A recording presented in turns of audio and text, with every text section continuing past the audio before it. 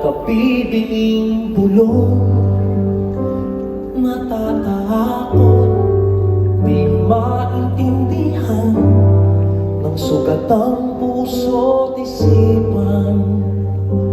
Manalig na hindi maligaw sa dilim, may sasagot sa dalangin.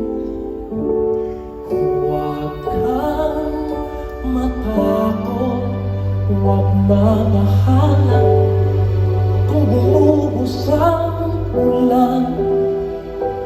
Ano mang pagsubok may dahilan. Minsan walang kasagutan,